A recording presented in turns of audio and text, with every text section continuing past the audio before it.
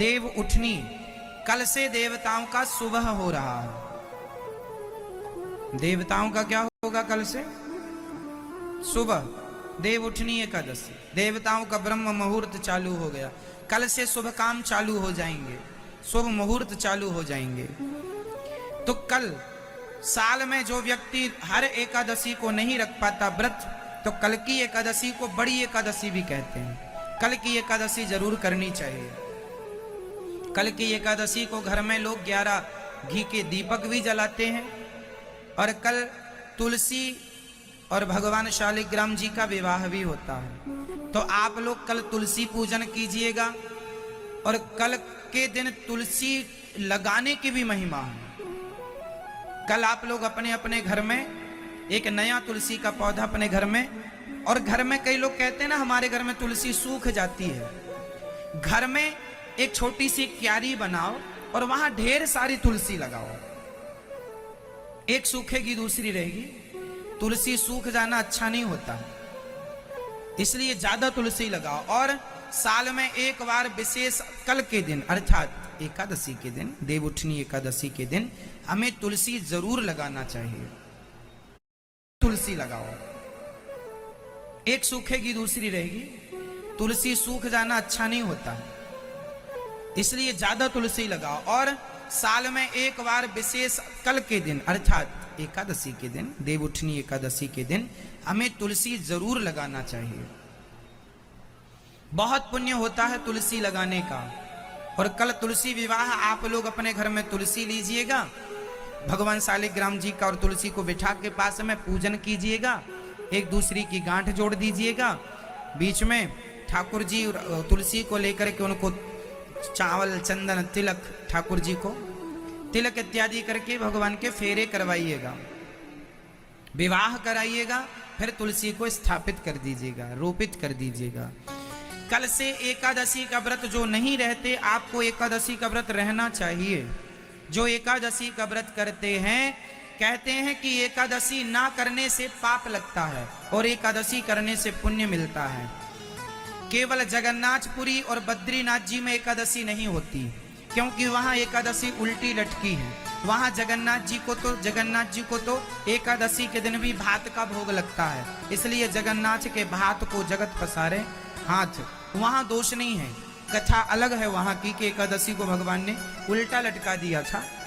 तो वहां रहकर यदि आप ना रखें तो अपराध। वहां एकादशी के दिन चावल कोई खाए जगन्नाथपुरी में तो भी एकादशी करने का पुण्य मिलेगा। लेकिन यहां पर अपने घरों में हम लोग एकादशी जरूर करें। एकादशी हमें क्या करना चाहिए? आप बूढ़े हैं, बच्चे हैं, यदि आप बूढ़े हैं तो आप एकादशी के दिन चावल ना खाएं, वह भी एकादशी है, चावल नहीं खाना चाहिए। यदि आप साध सकें तो फल फूल खा लें, फल फूल से गुजारा ना हो तो रोटी खाएं, लेकिन चावल ना खाएं। यदि अति बूढ़ा है उसके लिए कह रहे हैं, आप साध सकते हैं, कर सकें। हम हिंदुओं का, हम सनातनियों का सर्वश्रेष्ठ व्रत एकादशी ही है, इसलिए हम सबको एकादशी करनी चाहिए। और एकादशी का उद्यापन नहीं, उद्यापन क्या, एकादशी करते करते शरीर पूरा हो ज्यादा अच्छा है। उद्यापन करना है तो झूठ, कपट, निंदा, चुगली, बुराइयों का उद्यापन करना चाहिए। अपने जीवन में जितनी बुराइयां हैं उन्हें छोड़ना है, अच्छे काम नहीं छोड़ने, अच्छी चीजें नहीं छोड़नी, ठीक है।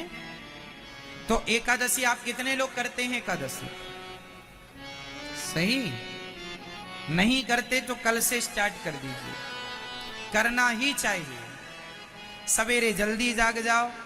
एकादशी के दिन क्या करना है सुनो। कहा जाता है कि एकादशी जैसे कल है तो आज दशमी को चावल नहीं खाना चाहिए। आज दसवीं को भी चावल नहीं खाना चाहिए। कोशिश करो, यदि कोई खाए तो ना खाए, और कोई खाए तो फिर कोई दिक्कत नहीं है, पर ना खाए वो बेस्ट। एकादशी के दिन चावल दसवीं से स्टार्ट हो जाता है। आप रोटी खाओ शाम को, जो खाओ, फल फूल खाओ इत्यादि, चावल छोड़ के। एकादशी के दिन सवेरे जल्दी जागो, स्नान करो, स्नान करके पूजा आरती, ठाकुर जी को स्नान कराओ दूध से, दही से, घी से, शक्कर से, जो आपकी श्रद्धा, गंगा जल, लड्डू गोपाल जी को खूब स्नान कराओ, पूजा करो, है ना, कपड़े पहनाओ, आरती उतारो, प्रार्थना करो, हे प्रभु मैं आपको कभी भूलूं नहीं। और भगवान का चरणामृत पीकर व्रत को स्टार्ट करना चाहिए। सवेरे भगवान जी को नहवाओ, वो चरणामृत पी लो और पी के वो व्रत चालू हो गया। फिर एकादशी पूरी हो गई, द्वादशी आ गई, तो द्वादशी को आपको सबसे पहले ब्राह्मणों को भोजन कराना चाहिए।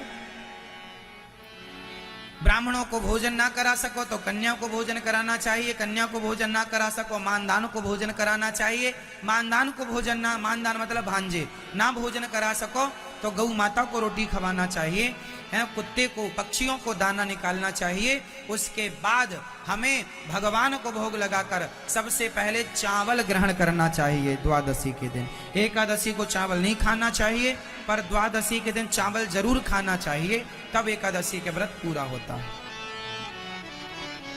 चावल से ही पारण करना चाहिए। चावल, चरणामृत लो ठाकुर जी का, भगवान जी को दूसरे दिन नहवाओ, चरणामृत लो, फिर चावल लो। कच्चा चावल ही एक दाना मुंह में रख लो, चावल बने पके उसका इंतजार ना करो, एक दाना। हम तो कहते हैं अपने घर में जगन्नाथ जी का चावल ला के रखा करो। जगन्नाथ जी में सूखा चावल मिलता है प्रसाद के रूप में, ऐसे लंबे लंबे नहीं बना के देते। आप में से कितने लोग जगन्नाथ जी कभी गए हैं? अच्छा है, तो जगन्नाथ जी में वहां आपने ध्यान से देखा होगा, चावल, सूखा हुआ चावल, प्रसाद का चावल बिकता है, छोटी छोटी पोटरियां, वो खरीद के लाना चाहिए। और उसमें से हर दिन जगन्नाथ जी का प्रसाद, हर दिन 2 दाने चावल के रोज खाना चाहिए कि हम जगन्नाथ जी का प्रसाद रोज पाए। हम रोज रोज तो जगन्नाथ जी जा नहीं सकते, तो चावल ले आना चाहिए। कोई जगन्नाथ जी जाए तो चावल का प्रसाद मंगाना चाहिए, सूखा चावल मिलता है। बना हुआ चावल जब भोग लगकर सूख जाता है ना, फिर वो प्रसाद में भक्तों को दिया जाता है ना। तो वो चावल लाना चाहिए और प्रसाद के रूप में घर में रखना चाहिए। कहीं भी रहो अपने गांव घर में, पर जगन्नाथ जी का चावल रूपी प्रसाद, तो द्वादशी को वही चावल का प्रसाद ठाकुर जी का खा के व्रत पारण करना। आपके पास नहीं है जगन्नाथ जी वाला प्रसाद, तो सामान्य चावल भी भोग लगा के खा सकते हैं। ठीक है मेरी माँ, एकादशी का व्रत सबको करना चाहिए। सारे व्रतों में श्रेष्ठ व्रत एकादशी है। एकादशी में क्या करना चाहिए? अपने आप को बिजी रखना चाहिए। किस चीज में बिजी रखें? अच्छे काम में।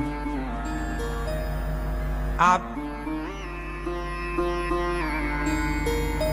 रोज समय दीजिए परिवार को, संसार को, पर एकादशी के दिन ज्यादा से ज्यादा बिजी रहिए भगवान की सेवा में, भगवान के भक्तों की सेवा में, समाज की सेवा में, अच्छे काम में अपने आप को बिजी रखना चाहिए। भगवान की सेवा में मस्त रहो। भगवान को आज ज्यादा से ज्यादा याद करो, ज्यादा से ज्यादा कीर्तन करो, ज्यादा से ज्यादा भगवान का स्मरण करो। भगवान में इतने खो जाओ कि खाना पीना भूल जाए।